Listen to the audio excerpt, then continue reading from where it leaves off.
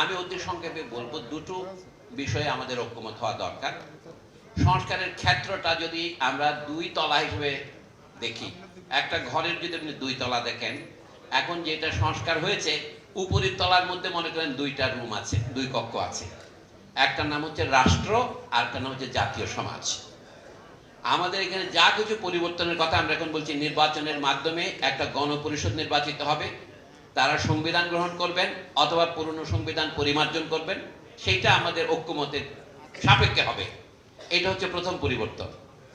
দ্বিতীয়টা হচ্ছে এই সমাজকে তৈরি করার জন্য যে জনমত গড়ে উঠেছে, আমাদের স্কুল কলেজ, আমাদের জাতীয় ধর্মীয় সংস্থা, আমাদের নানা প্রকারের প্রতিষ্ঠান, trade union, business association, FBCCI থেকে শুরু করে যত রকমের প্রতিষ্ঠান আছে, এইগুলিকে বলা যায় দ্বিতীয় কক্ষ। কিন্তু এই দুটোই কিন্তু উপরতলা।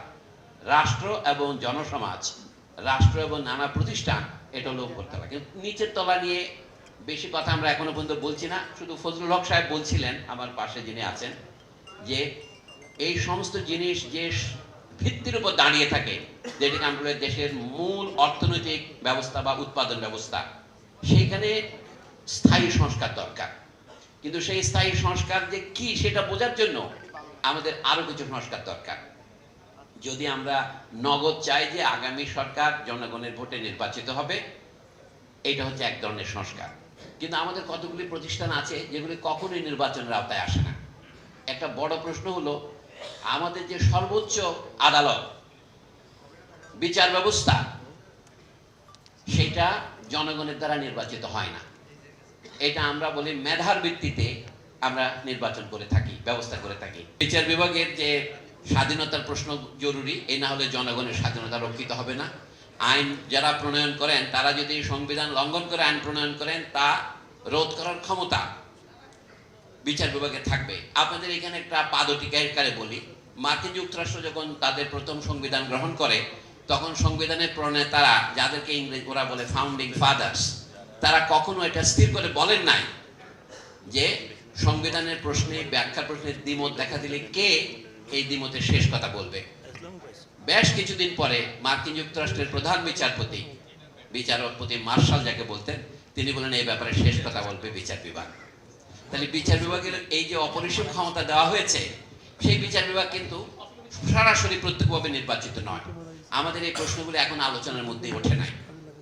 আমরা শুধু বলছি বিচার বিভাগ এখন প্রশাসনের কর্তৃত্বে চলে আসে, ফলে জনগণের স্বাধীনতা রক্ষা করার যেটা শেষ গ্যারান্টি, সেটাও থাকে না।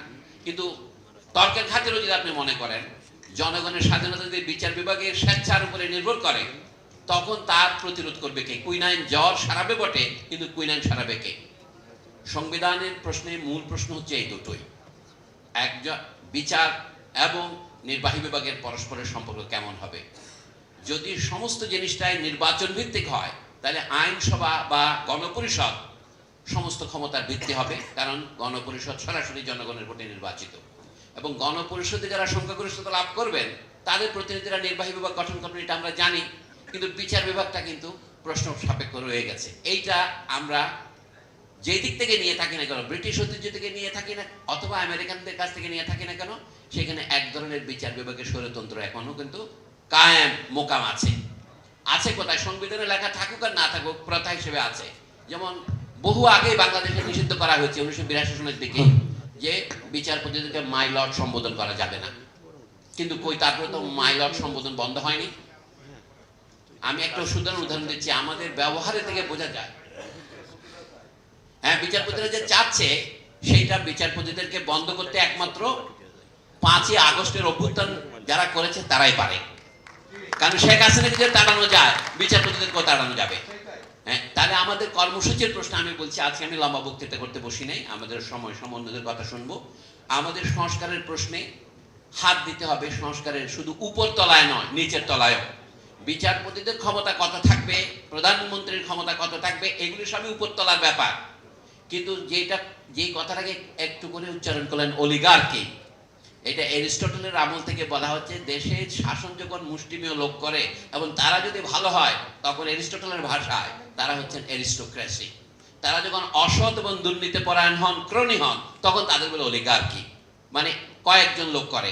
এটা সত্য যে কোনো একজন লোকের পক্ষে স্বৈরতন্ত্র প্রতিষ্ঠা করা সম্ভব নয়।